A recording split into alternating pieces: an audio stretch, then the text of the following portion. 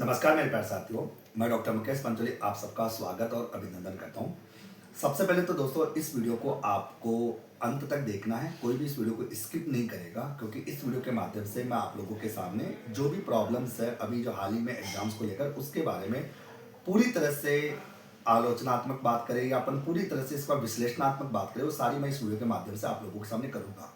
आपने देखा दोस्तों ये वीडियो जिस समय अपलोड किया जाएगा उस समय लेवल 1 और level 2 SST level 2 math science का पेपर हो चुका होगा, तभी वीडियो में अपलोड कर रहा हूँ आप लोगों के सामने। मतलब रीट के 2 पेपर बच्चों के सामने हो चुके होंगे। बच्चों के मन में बहुत सारी प्रॉब्लम्स थी, उनको मैंने कुछ क्वेश्चंस को पॉइंट आउट किया। मेरा पहला क्वेश्चन था पेपर का स्तर कैसा रहा, क्या ये सही है? ये मेरा मेरा ओपिनियन था, बच्चा भी कह रहा था, पूछ रहा था। तो मैं बता दूं दोस्तों कि पेपर का जो स्तर था वो बिल्कुल बेटर था, और ऐसा होना मेरी नज़र में अगर बात करूं तो बिल्कुल उचित था।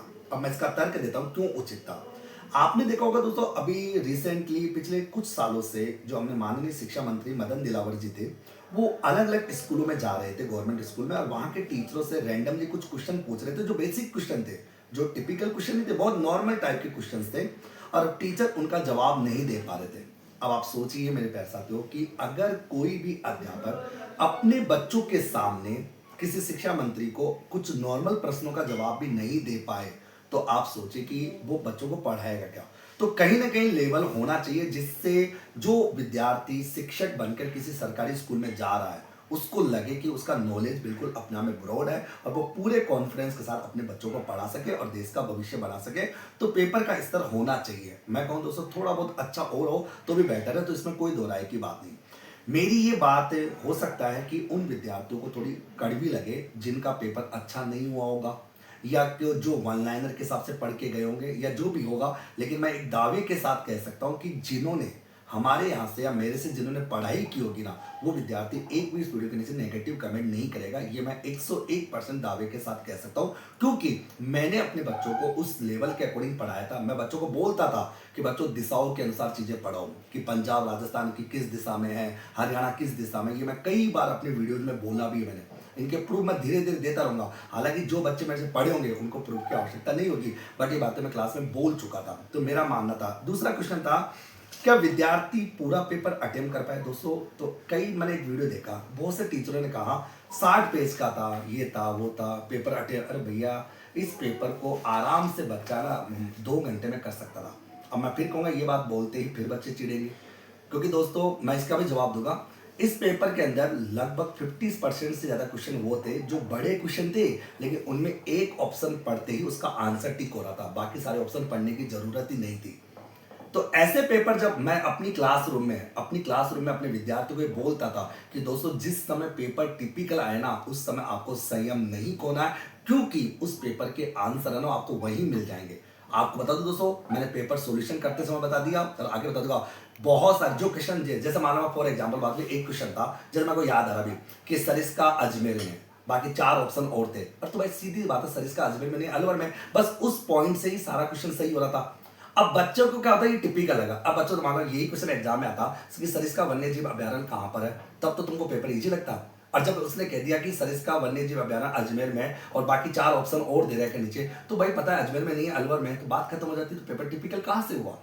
तो कहने का मतलब है कि ये पेपर टिपिकल लगा होगा, लेकिन उनको जिन्होंने देखा और यार 60 पेज पता नहीं कितना बड़ा पेपर, तो आधा डर तो वैसे ही गया बच्चा।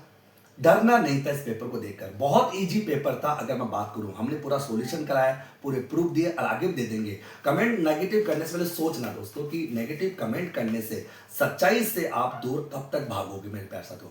सच्चाई तो कबूल करनी ही पड़ेगी ना, आपको डिटेल में पढ़ना ही पड़ेगा। आप कमेंट तो नेगेटिव कर दोगे, नेगेटिव कमेंट करने से आप अपने आप को समायोजित भी कर लोगे, बट दोस्तों समायोजित करना समाधान नहीं है। अभी चतुर्श्रेणी कर्मचारी की भर्ती हुई, 54,000 पदों में आप मिनिमम नंबर नहीं ला पा रहे, तो आप सोचिए दोस्तों फिर आपका बिस्तर क्या है। क्या तुम चाहते हो कि तुमको ऐसी नौकरी दे दी जाए, वन लाइनर पेपर बना दिया जाए, क्या एक रात में सारी क्लासेस लेकर पूरा कोर्स करा दिया जाए? ऐसा नहीं होता दोस्तों। मैं बच्चों को सफलता के 3 मंत्र बताता था। सबसे पहला मंत्र ईमानदारी, सबसे पहला विश्वास, दूसरा रेगुलरिटी, तीसरा ईमानदारी, तब जाके सफलता मिलती है। ऐसे एक रात से सफलता नहीं मिलती। कंटिन्यूटी कहता है कि अपन जो कछुआ होता है उस कछुए की चाल चलना पड़ता है, तब जाके सफलता मिलती है। आज हम बच्चों को तैयार करते हैं, आज हम कहते हैं हम राजस्थान के वो नंबर 1 टीचर्स या नंबर 1 संस्था जहाँ सबसे ज्यादा परिणाम होता है, सफलता सबसे ज्यादा होती है, जिसका हमने कई बार सबूत भी दिया है। इसका कारण क्या है, हम बच्चों को पहले कोर्स पूरा करवाते हैं बहुत डिटेल में, फिर बच्चों को अभ्यास कराते हैं और फिर बच्चों को टॉपिक वाइज टेस्ट देते हैं और फिर उसका मॉक टेस्ट लेते हैं। मतलब बच्चे की प्रिपरेशन को बहुत जीरो लेवल से तैयार करते हैं। लेकिन आपने देखा होगा बहुत सी संस्था पहले बच्चा का टेस्ट ले रही है, पढ़ा बाद में रही है, अभ्यास करा नहीं रही, ऊट पटांग तरीके से पढ़ाई हो रही है, ऊट पटांग तरीके से एग्जाम पास नहीं होता। फिर आता है कट ऑफ क्या रहेगी। तो दोस्तों कट ऑफ के बारे में तो बता दूं मैं कि बहुत सारे वीडियो बनना शुरू हो जाएंगे, लेकिन सच्चाई है कि कट ऑफ के बारे में अभी कोई चर्चा करना ही व्यर्थ है, क्योंकि अभी तक 1 महीने तक तो दोस्तों पता लगेगा कि किसका पेपर कैसा रहा, आंसर की आना, क्योंकि कुछ क्वेश्चनों के आंसर डिलीट भी होंगे, कुछ के गलत मांगे जाएंगे, बहुत सारा काम होगा। तो कट ऑफ के ऊपर वीडियो बनाना तो मूर्खता होगी। फिर आता है क्या आरएसएस ने विद्यार्थियों के साथ खिलवाड़ किया। तो दोस्तों इसको खिलवाड़ तो नहीं बोल सकते, आप सोचिए कि आरएसएस ने बच्चों के स्तर को सुधारने का प्रयास किया। तो आपको कर्मचारी चयन बोर्ड को दोस्तों गाली गलौज करने से अच्छा है आपको उनको प्रशंसा करनी चाहिए कि वाकई में एजुकेशन का स्तर सुधरना चाहिए। भाई अपनी नेशनल एजुकेशन पॉलिसी 2020 में तो ये कहती है ना कि बच्चे का सर्वांगीण विकास होना चाहिए, बच्चा आगे बढ़े, पूरी गहनता के साथ पढ़े, केवल रटाफिकेशन नहीं होना चाहिए, हर चीज़ को गहनता के साथ पढ़े और वो भी थोड़ा पेशेंस माइंड को शार्प रखे, मतलब डरे नहीं, डरने की आवश्यकता नहीं होती। ओके, और ये बात मैंने रीड के बच्चों को कई बार कहा था कि अगर मैं पेपर बनाता होता तो मैं शायद इसी तरह का पेपर बनाता और बेटर पेपर बनाता जिससे बच्चे का सर्वांगीण विकास होता। अदर यूट्यूब मतलब टीचर्स की क्या राय है दोस्तों, अदर टीचर्स तो क्या होंगे दोस्तों, मैं आपको बता दूं, आपने नोटिस किया होगा कि बहुत से टीचर्स लोग क्या करते हैं कि महीने में एक या सप्ताह में एक या ऐसे कुछ वीडियो बनाते हैं और 6 घंटे की क्लास लेकर निकल लेते हैं। तो दोस्तों कहते हैं ना, आपको एक बात कहूँ, अगर आप 6 दिन भूखे रहो और 7 दिन दबा के खाना खा लो, डाइजेशन खराब होगा, पेट खराब होगा। खाना रेगुलर खाना पड़ेगा, रेगुलर पढ़ना पड़ेगा, नियमितता के साथ पढ़ना पड़ेगा। ये नहीं कि तुम 6 दिन तो मजे करो और एक दिन 12 घंटे की क्लास लेकर रिवीजन कर लोगे, ऐसा नहीं होता दोस्तों। मैंने भी अपने एग्जाम पास किए और मैंने तो इससे भी ज़्यादा टिपिकल एग्जाम्स पास किए।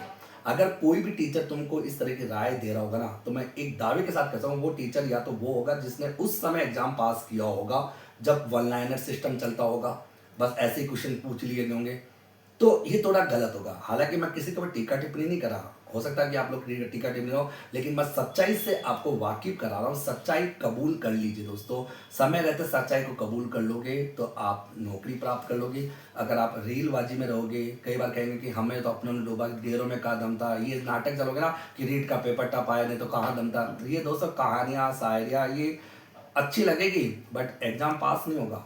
एग्जाम पास करने के लिए मेहनत करनी ही पड़ेगी आपको। सच्चाई ये है कि मेहनत करनी पड़ेगी और इस लेवल के अकॉर्डिंग पढ़ना पड़ेगा कि डिटेल में हर चीज़ को गहराई के साथ पढ़ना पड़ेगा। आपने नोटिस किया होगा दोस्तों, मैं बच्चों का रिवीजन कराने से पहले राजस्थान का मैप बनाया था। मेरे राजस्थान के मैप से सारे के सारे क्वेश्चन ज्योग्राफी में आ गए थे। मैंने बच्चों को मैप के अकॉर्डिंग पढ़ाना सिखाया था कि मैप के अकॉर्डिंग पढ़ाया कैसे जाता है। तो स्तर को सुधारिए, टीका टिप्पणी करने से सुधारिए। और मैं बता दूं, इस वीडियो के नीचे अगर कोई गलत कमेंट भी करेगा, वैसे दोस्तों गलत कमेंट कर सकते हैं क्योंकि आप सीधी सी बात है 9 लाख लोगों ने फॉर्म भरा है, ओके, और उनमें से 7,500 बच्चे पास होंगे। तो कहते हैं ना दोस्तों 8,92,500 विद्यार्थी कौन होंगे, गलत कमेंट करने वाले होंगे। बाकी पास होने वाले विद्यार्थी गलत कमेंट कभी करता नहीं है। बट मैं इतना जरूर कहूंगा, कमेंट गलत करने से या सही करने से अच्छा है कि आप अपने आप को सुधारिए।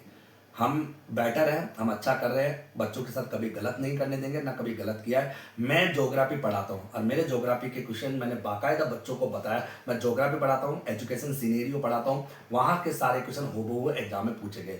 जैसे कि मैंने पूछा तुम्हारे एग्जाम में राज्य प्रतीक चिन्ह था, मैं तो कर्मचारी चयन को धन्यवाद देना चाहता हूँ। एक ही प्रश्न सारे राज्य प्रतीक चिन्ह पूछे और इस क्वेश्चन को टिपिकल बता रहे हो। अरे भाई बास्केटबॉल 1948 में हुआ था और ऊंट 2014 में आता। 2 क्वेश्चन आपको समझने थे, बाकी 3 का आंसर ऑटोमेटिकली दे सकते थे, कहां दिक्कत थी। एक क्वेश्चन एनसीएफ का पूछा था कि एक क्वेश्चन एनसीएफ का ऊपर दे रखा था, उसके नीचे ये पूछा था एनसीएफ की फुल फॉर्म क्या है। बेटा पेपर को ढंग से पढ़ते ना आप लोग, तो पेपर के क्वेश्चन आपको वहां मिल जाते। कहीं कोई टिपिकल नहीं था, पता नहीं कहाँ क्यों तुम, लेकिन तुम्हारी आदतें क्या होगी, तुम अभी रील देख रहे होंगे, मजे ले रहे होंगे। जबकि दोस्तों एक सच्ची कड़वी से बात है ना, ये जो रील बनाने वाले या जो टीचर तुमको कह रहे हैं ना, वो तुमको कहते हैं ना मीठा जहर दे रहे हैं। और मीठा जहर एक तरह पॉइजन्स होता है, कहने वाला कहता है वो धीरे धीरे धीरे तुमको इनकी गिरफ्त में लेके आ रहा है। समय रहते दोस्तों चेत जाइए, पढ़ाई करना शुरू कर दीजिए, मेहनत कीजिए। मेहनत करोगे सफलता जरूर जरूर मिलेगी। और मैं ये बात इसलिए बोल रहा हूँ क्योंकि दोस्तों हम जब एग्जाम्स की तैयारी कर रहे थे, CA, CS, LLB, MCom, BEd, NET जब कर रहे थे ना, हमारे यहाँ पर ऐसा पेपर आता था। जैसे एक टीचर ने कहा ऐसा पेपर तो नेट का आता है, तो भैया नेट एग्जाम तूने पास किया क्या? तू नेट पास कर लेता, नेट पास करता तो तेरे को भी इजी लगता। नेट कोई टिपिकल एग्जाम थोड़ी है। वो आपको अगर दिलासा देने की बात आती है कि आपको अपनी तैयारी करनी है। अब जैसे कि अब रीट का हो जाएगा, एलडीसी की तैयारी करने लग जाना और पढ़ना पड़ेगा। बस लास्ट में कहूँगा दोस्तों, पढ़ना पड़ेगा आपको। मैं हूँ या कोई और हो, आप लोगों के घरों में चूल्हा जलाने हम कभी नहीं आएंगे। आपको मेहनत करनी पड़ेगी। हम आपका दोस्तों साधन है, साध्य नहीं है। साध्य आपको खुद को बनना पड़ेगा, अपना लक्ष्य खुद को तय करना पड़ेगा और पढ़ना तुमको। हम केवल एक जरिया है जो तुमको उस लक्ष्य तक पहुंचाने का कार्य करेंगे, पूरी मेहनत के साथ करते हैं और करते रहेंगे। मैं कभी भी आलतू फालतू वीडियो नहीं बनाता। मैं जब भी कोई बात बोला हूं तो बिल्कुल तर्क की बात बोला हूं, फालतू बात मैंने की ही नहीं आप लोग सामने। ठीक है, अगर जब भी क्योंकि और हो सकता है मेरी तर्क की बातें कई को बुरी लग जाए, बट कोई नहीं, बताओ मेरा दिल कहता है कि जो मैंने कहा वो सही कहा। और आप लोग अपना राय जरूर देना। हालांकि राय आपकी अच्छी रहेगी, मैं मान के चलता हूँ। आप सबका दिन शुभ रहे दोस्तों। हम आपके उज्जवल भविष्य की कामना करते हैं। बहुत बहुत धन्यवाद आप लोगों को।